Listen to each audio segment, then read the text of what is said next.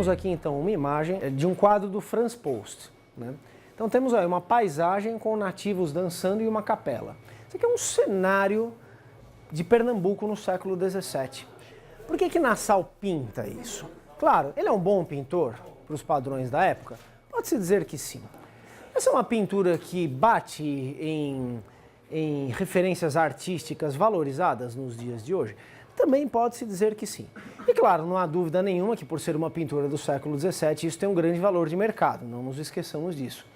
Que uma parte do reconhecimento das obras de arte no mundo atual decorre do seu valor de mercado, uma parte desse valor. Bem, essa paisagem é uma paisagem diferente para os holandeses. Essa é uma paisagem estranha. Ela precisa então ser domesticada.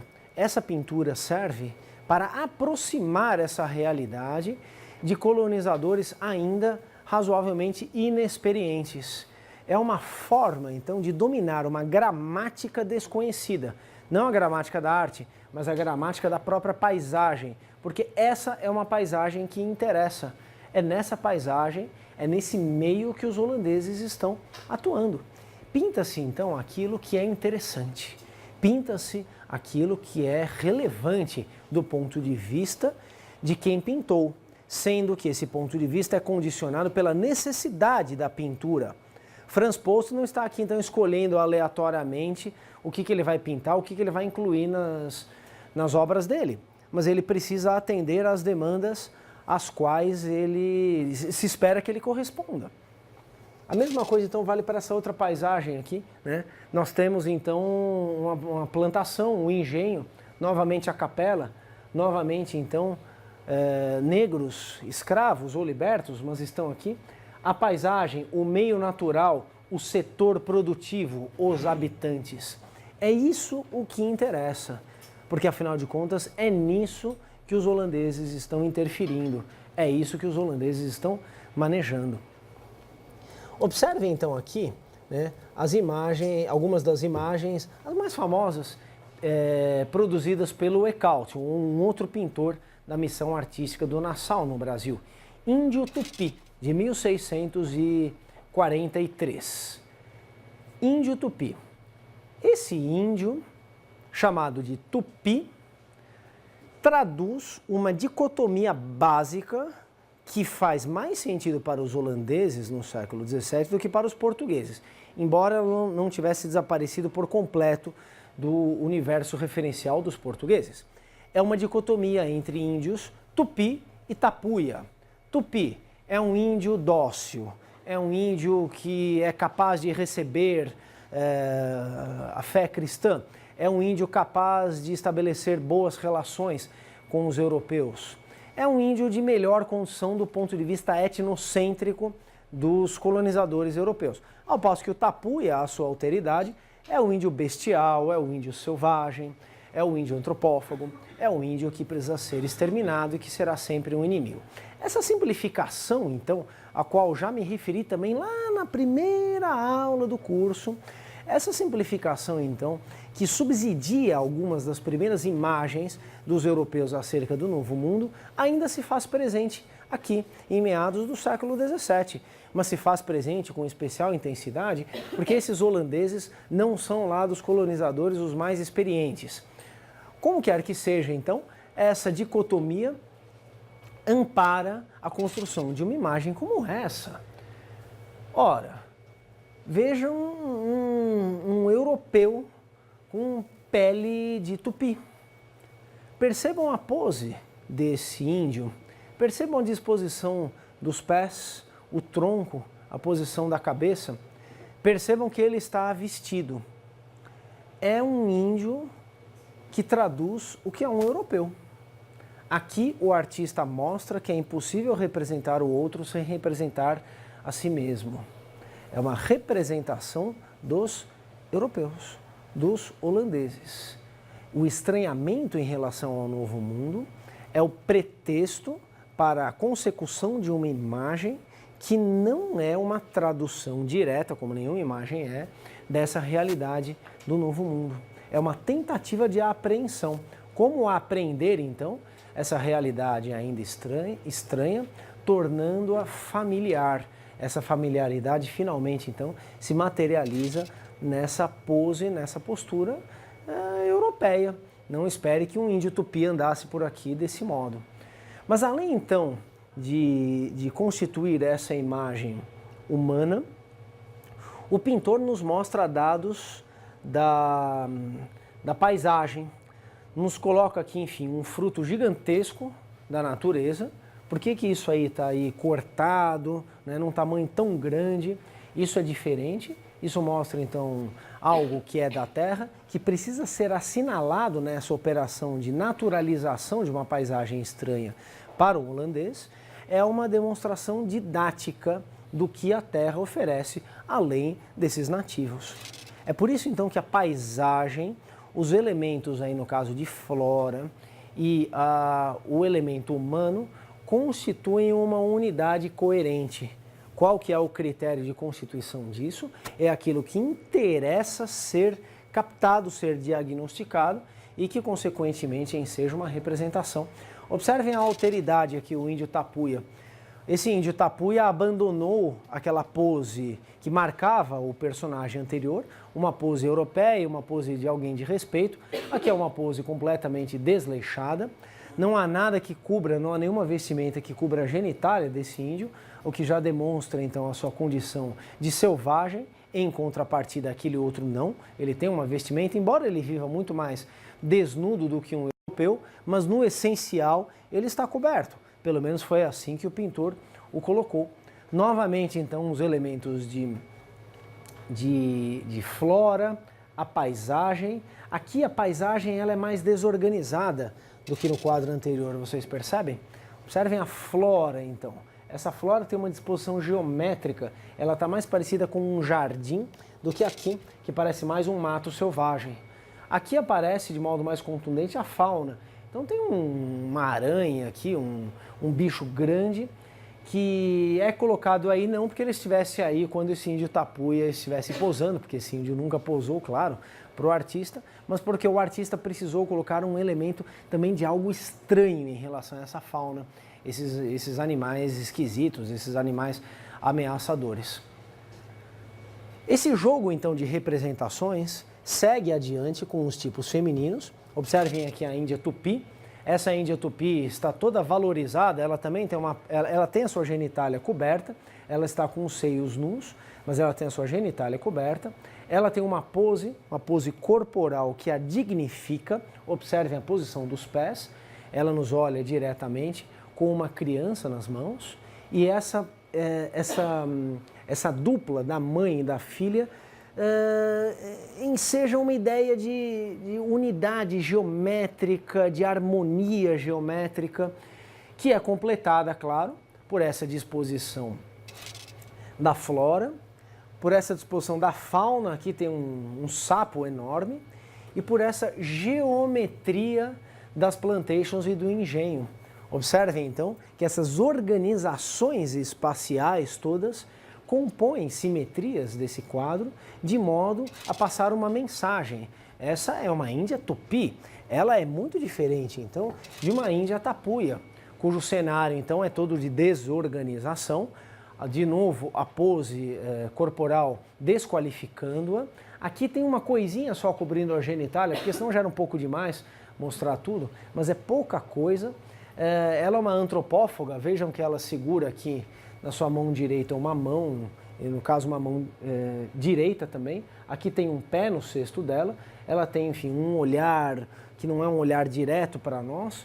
A natureza aqui ela é muito mais selvagem, ela é muito mais desorganizada em relação ao quadro anterior. Observe então a mameluca, uma verdadeira dama europeia, né? Então essa mescla de branco com índio resulta numa figura graciosa, numa figura singela, que está mostrando aqui flores, está mostrando aqui elementos da natureza, porque é isso que o espectador espera, né? Uma tradução de algum modo de uma realidade que está se tornando familiar. Olha aqui a negra com uma criança. O que importa aqui? Novamente os frutos, os barcos, o comércio, a paisagem toda. processo de apreensão, de familiarização de elementos estranhos. Portanto, função colonial dessas pinturas. Olha aí o mulato, mesma coisa. Uma posição, então, que também o dignifica. É uma criatura meio esquisita para um olhar europeu, não há dúvida nenhuma. Esse olhar traduz um estranhamento. E temos lá no fundo também o mar com os barcos, temos aqui a natureza, temos elementos de fauna e elementos de flora. Percebam, então, que essas são realizações artísticas que têm a sua funcionalidade, têm a sua pragmática, digamos.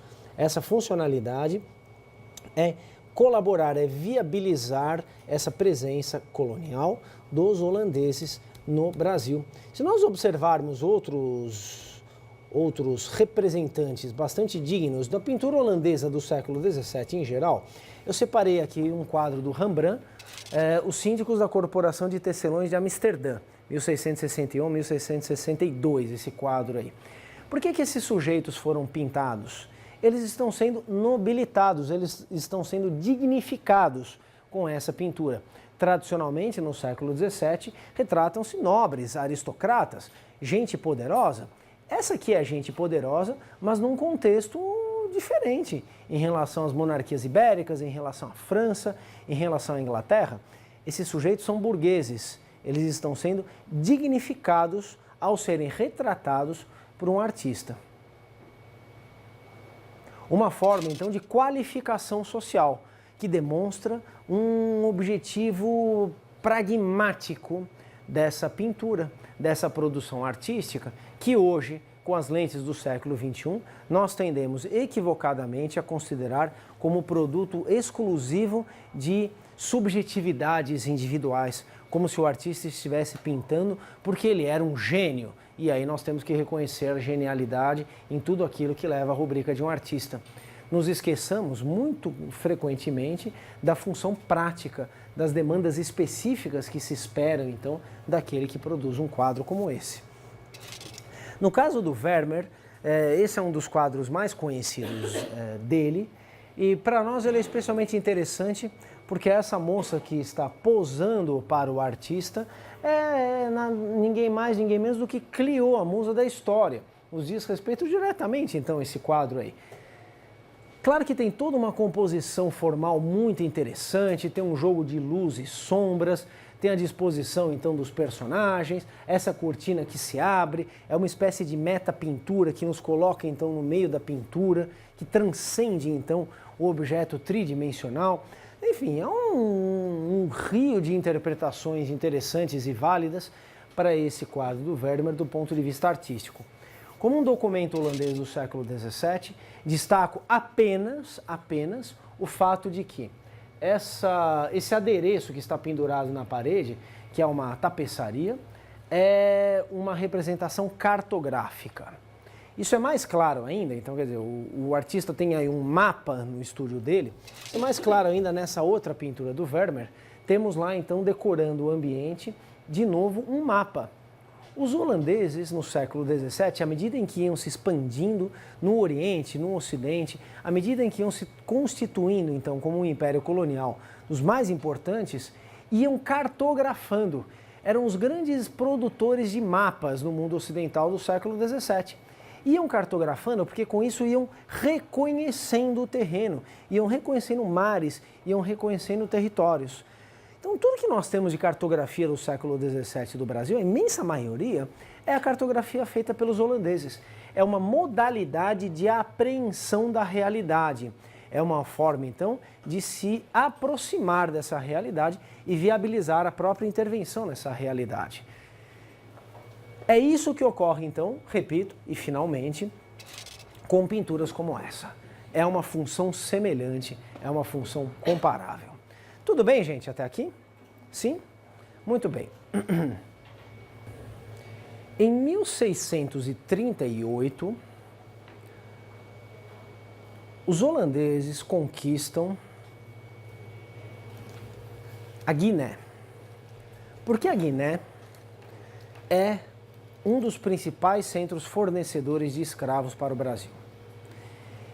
Em 1641, conquistam Angola, o outro grande fornecedora de escravos africanos para o Brasil. É durante o governo de Nassau que a conquista do Brasil, de parte do Brasil, ela é devidamente completada com a conquista da África. Demonstra, então, essa conquista da África, a consciência de uma complementaridade econômica entre o Brasil e a África, que tinha começado a ser estabelecida em meados do século XVI. Ora, não disse a vocês? Sem açúcar não tem colonização? Sem escravos não tem açúcar? Portanto, não tem colonização? A ideia não é nem minha. A ideia é do padre Vieira, que no século XVII tinha elaborado isso com muita clareza.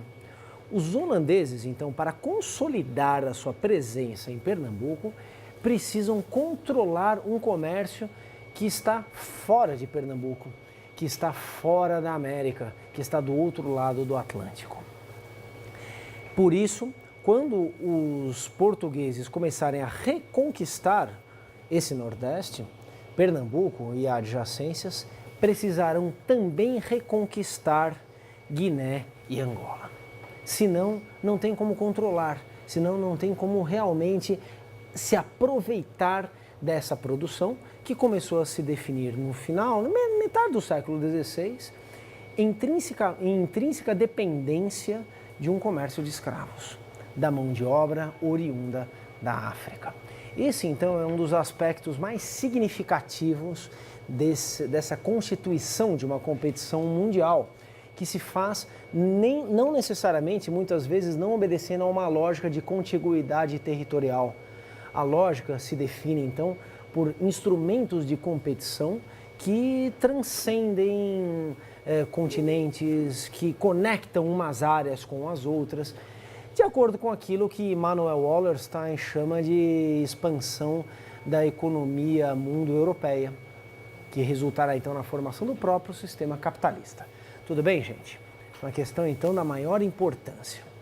Assim como o fato de que, quando são expulsos do Nordeste do Brasil, isso se dá entre 1648 e 1649, são as duas batalhas de Guararapes, que são marcos importantes, fundamentais dessa guerra de reconquista do Brasil pelos portugueses. Quando os holandeses são definitivamente expulsos do Brasil, o tratado definitivo só será assinado em 1654.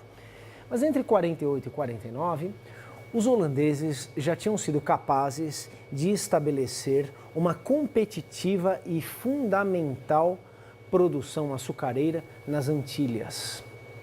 Em parte, isso se deve pela destruição do aparato produtivo açucareiro de Pernambuco pela própria guerra de conquista entre 1630 e 1637. Aí, há um deslocamento da competição internacional para uma nova área, uma área relativamente recente, uma área bastante recente, que é a área caribenha. As Antilhas, então, serão muito bem aproveitadas, não só por holandeses, mas por franceses e por ingleses, que passarão cada vez mais, então, a investir na cultura açucareira dessa região. Essa cultura açucareira, quando os holandeses, então, saem do Nordeste, já é mais importante do que a cultura da América Portuguesa.